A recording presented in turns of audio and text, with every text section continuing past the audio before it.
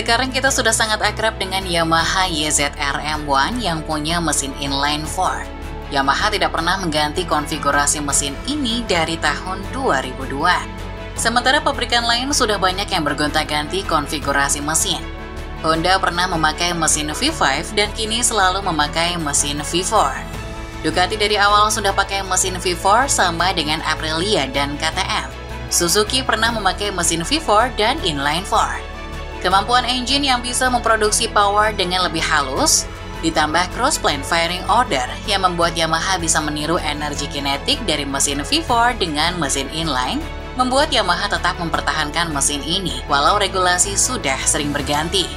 Namun pada beberapa kesempatan yang lalu, manajer tim Yamaha yang akan segera pensiun, yakni Lin Harvest, membeberkan kalau Yamaha sedang mengembangkan dan akan mengeluarkan mesin V4 mereka pada pertengahan musim 2025. Walaupun kegunaan mesin ini masih belum dibeberkan, kemungkinan besar Yamaha tidak akan menurunkan M1 versi V4 pada balapan sampai perubahan regulasi pada tahun 2027.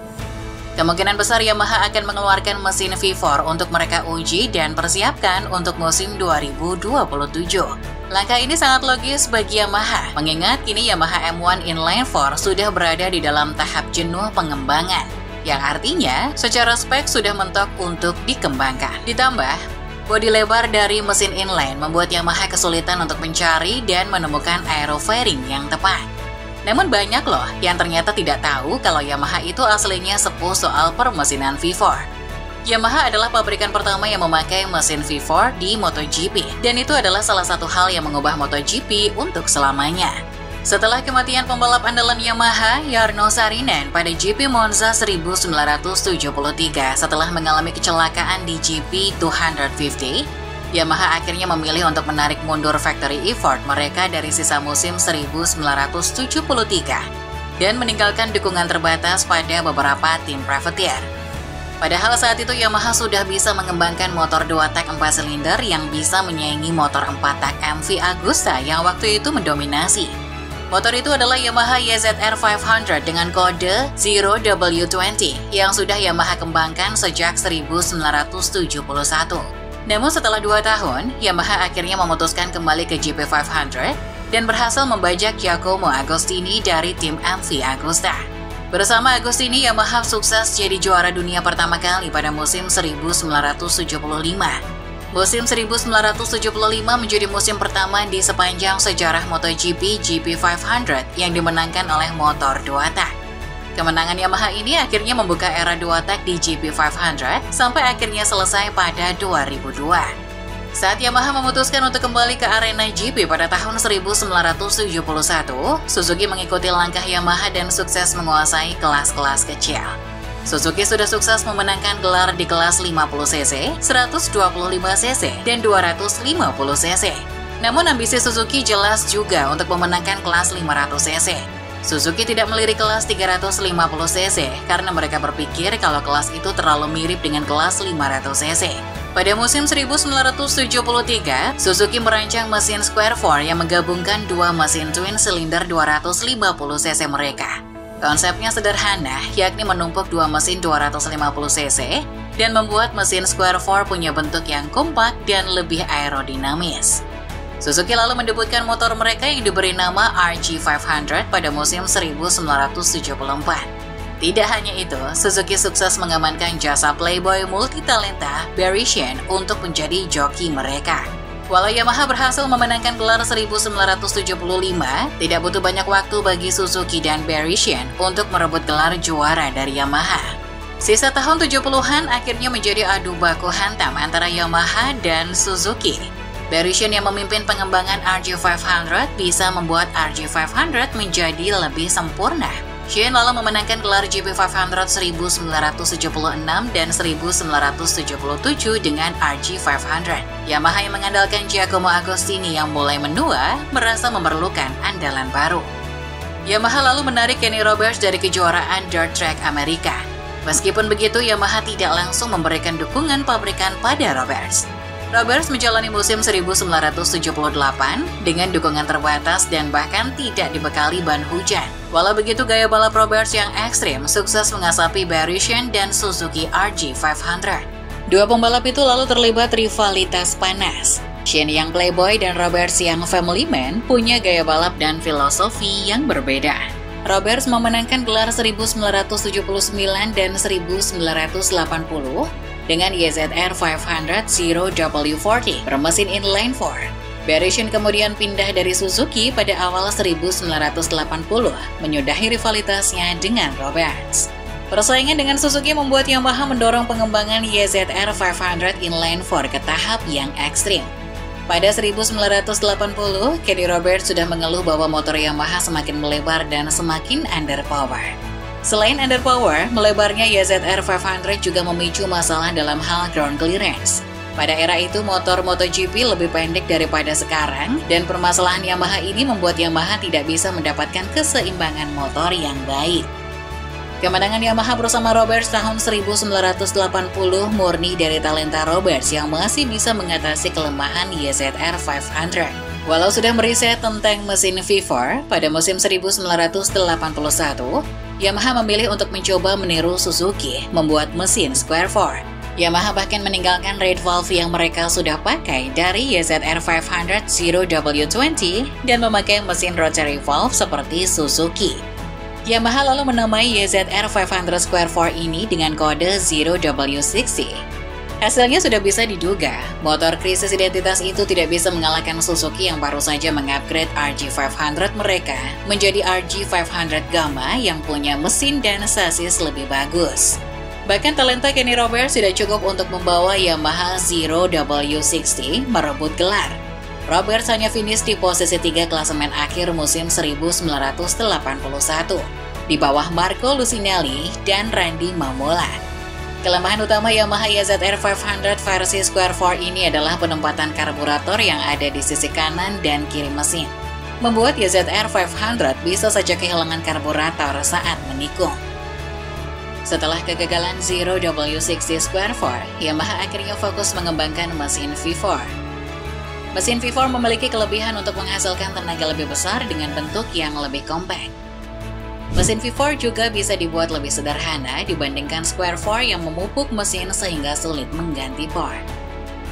Yamaha YZR 500 0W61 lalu diturunkan untuk musim 1982.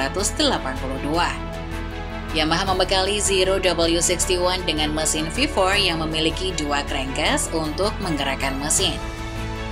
Konfigurasi ini sebenarnya membuat mesin Yamaha memiliki bentuk W daripada V, karena mesin V di masa depan digerakkan dengan 1 crankcase. Meskipun begitu, Yamaha percaya diri dengan pengembangan mereka. Namun perubahan drastis pada mesin ini tidak diiringi dengan perubahan yang mumpuni di sektor suspensi dan sasis. Walau Kenny Roberts menyukai power delivery dari mesin V4 0W61, namun handlingnya sama sekali tidak bagus. Yamaha mendesain crankcase untuk 0W61 memiliki bobot yang terlalu ringan. Bobot crankcase sangat berpengaruh untuk GP500 2 tak. Jika crankcase terlalu ringan, maka motor akan terlalu mudah spin. Kalau terlalu berat, maka motor akan understeer. Problem spin ini membuat 0W61 jadi mimpi buruk untuk dikendarai. Ditambah teknologi ban pada waktu itu masih belum mumpuni. Roberts kerap kehabisan kompon di pertengahan balapan. Masalah ini semakin diperparah dengan keputusan Yamaha yang membuat half rear suspension system untuk suspensi belakang. Suspensi ini ditempatkan secara horizontal melewati mesin sampai tersambung di swing arm belakang. Desain ini digunakan untuk memaksimalkan ruang mesin dan membuat ruang exhaust dari silinder belakang bisa ditempatkan dengan lebih baik. Ide dari sistem suspensi itu sudah bagus, namun banyaknya sambungan antara frame dan swing arm sangat mengurangi efektivitas dari suspensi belakang itu sendiri. Kemudian sasis dari 0W61 yang dibuat dari pipa aluminium yang sangat kaku, membuat handling 0W65 khususnya keluar tikungan menjadi lambat. Kombinasi permasalahan ini membuat 0W61 meraih hasil yang lebih buruk daripada 0W60 yang merupakan cloning dari RG500. Meskipun begitu, Yamaha dan Roberts sepakat kalau pengembangan engine V4 harus dilanjutkan. Karena kalau ada hal yang benar dari pengembangan 0W61 adalah engine V4-nya yang masih punya banyak ruang pengembangan. Kenny Roberts sendiri hanya memenangkan 1 balapan dengan 0W61, dan duduk di peringkat 5 klasemen akhir 1982. Setelah musim 1982 yang hancur, Yamaha mulai membenahi YZR 500 V4 dari akhir musim 1982. Revisi dari Zero W61 ini diberi kode Zero W70. Hal pertama yang dibenahi oleh Yamaha adalah sasis pipa aluminium yang digunakan oleh Zero W61. Sasis jenis ini dianggap terlalu kaku dan kuno untuk power delivery mesin V4 yang lebih besar dari inline dan square 4. Yamaha membuat sasis masih dengan bahan aluminium yang menyatu dari bagian headstock sampai ke sambungan swing arm. Sasis ini terinspirasi dari sasis yang dibuat oleh insinyur asal Spanyol yakni Antonio Cobas. Cobas membuat sasis yang memungkinkan kru mengganti part dengan mudah, namun punya kelenturan dan kemampuan yang baik pada tikungan. Sasis ini kemudian dinamai Delta Box oleh Yamaha. Penamaan ini diambil dari bentuk sasis yang terlihat mengotak dari samping. Tapi kalau dilihat dari sisi atas, bentuknya terlihat seperti simbol huruf Delta. Setelah masalah sasis dibenahi, Yamaha lalu membenahi sektor suspensi yang tahun sebelumnya juga jadi masalah utama. Yamaha lalu menjalin kerjasama dengan Öhlins untuk mensuplai suspensi mereka. Zero W70 akan meninggalkan konsep half-end suspension dan menggunakan bentuk suspensi konvensional. Öhlins menggantikan Kayaba yang sudah Yamaha pakai sejak pertama kali masuk ke lintasan GP500. Kerjasama ini sekaligus menjadi debut Öhlins di kejuaraan road race dunia. Sebelumnya Öhlins lebih terkenal di lintasan motocross atau dirt track. Walau suspensi belakangnya kembali ke monoshock konvensional, namun Öhlins bisa membawa banyak settingan yang lebih lengkap daripada Kayaba. Kenny Roberts pun bercerita bila kedatangan Öhlins membuatnya seperti di surga waktu itu. Tidak banyak perubahan pada engine karena menurut Roberts engine dari Zero W61 sudah memiliki output power dan delivery yang baik. Yamaha hanya sedikit menyempurnakan penyaluran power agar menjadi lebih halus. Yamaha Zero W70 menjadi motor MotoGP V4 pertama yang bisa memperebutkan gelar. Zero W70 terbukti superior dibanding RG500 Gamma Square 4 Suzuki. Namun perlawanan ternyata datang dari Honda. Honda yang meninggalkan mesin 4 tak membuat NS500 yang kompak dan ringan, bermesin V3 dengan single crankcase yang menggerakkan mesin. Sistem single crankcase ini membuat NS500 lebih mudah di starter daripada YZR 500.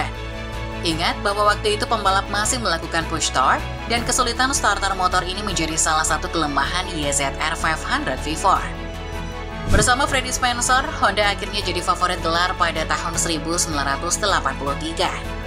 Spencer dan Roberts kemudian bertarung sepanjang tahun untuk memperebutkan gelar. Walau punya lebih banyak tenaga, NS500 yang lincah ternyata cukup menyulitkan Roberts. Meski sama-sama memenangkan 6 balapan, Spencer yang lebih konsisten mengalahkan Roberts dengan selisih 2 poin. Setelah musim 1983, Roberts memutuskan untuk pensiun dan pengembangan YZR 500 V4 diteruskan oleh Eddie Lawson. Setelah kesuksesan Zero W70, Yamaha semakin mengembangkan YZR 500 V4 ke bentuk yang lebih sempurna. Walau gagal meraih gelar dengan Kenny Roberts, Eddie Lawson bisa merebut gelar dengan YZR 500 V4 pada musim 1984, 1986, dan 1988. Melihat keunggulan V4, pesaing-pesaing Yamaha juga kemudian membuat mesin V4. Honda beralih menggunakan NSR 500 V4, sementara Suzuki membuat RGV 500 V4. Membuka era baru GP500 di mana motor-motor dengan power beringas menguasai GP500 pada waktu itu. Sesudah Lawson, YZR 500 memenangkan gelar tahun 1990, 1991, dan 1992 bersama Wayne Rainey. YZR 500 tidak bisa memenangkan gelar lagi setelah kelumpuhan yang dialami oleh Rainey pada 1993. Butuh waktu sampai tahun 2004 sampai akhirnya pembalap Yamaha bisa merebut gelar lagi. Sewaktu diumumkan kalau GP500 akan berubah ke MotoGP 4 tak, Yamaha memutuskan untuk kembali ke mesin inline 4. Ada dua alasan utama. Pertama adalah bisnis. Banyak seri superbike Yamaha yang menggunakan mesin inline 4 bukan V4. Dengan berubah kembali ke inline-4, Yamaha bisa mempromosikan lineup motor produksi massal mereka dan bisa lebih mudah mentransfer teknologi yang dikembangkan di MotoGP ke motor jalanan. Kedua adalah inline-4 dianggap bisa memberikan handling yang lebih baik untuk Yamaha di era 4-tak daripada V4. Tujuan Yamaha simpel, yakni mempertahankan handling superior dari YZR 500 di era 4-tak. V4 4-tak 990cc Yamaha anggap terlalu powerful. Apalagi waktu itu Yamaha masih akan menggunakan sasis YZR 500. Alhasil mesin Yamaha akhirnya kembali ke mesin inline-4. Selama ini Yamaha bertumpu pada superioritas inline-4 di tikungan dibandingkan dengan V4. Namun kedatangan era aerofairing membuat mesin V4 kini juga lincah di tikungan. Hilangnya keunggulan inline-4 ini membuat Yamaha akhirnya memutuskan untuk mengembangkan mesin V4 lagi.